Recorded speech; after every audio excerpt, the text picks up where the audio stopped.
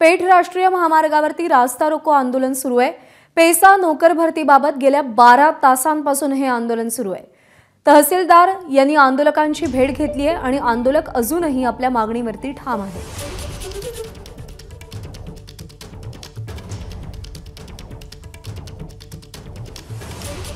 कालपासून हे रास्ता रोको आंदोलन सुरू झाले। 12 तास उलटून गेलेत, पण तरीही पेठ राष्ट्रीय महामार्गावरचे आंदोलक मागे हटण्यास तयार नाहीयेत। तहसीलदारांनी या आंदोलकांची भेट घेतली आहे, पण आंदोलक अजूनही आपल्या मागण्यांवर आणि आंदोलनावरती तेवढेच ठाम आहेत।